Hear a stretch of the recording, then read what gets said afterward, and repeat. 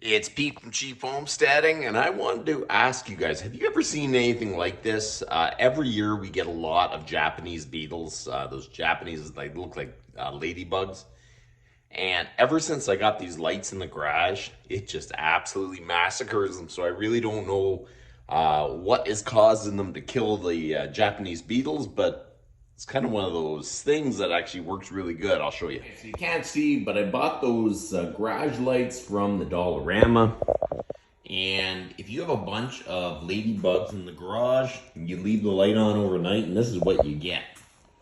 I have two in my garage here, and you just have dead ladybugs. So I don't know if it's just the heat off the light or these things are emitting something that's no good for you.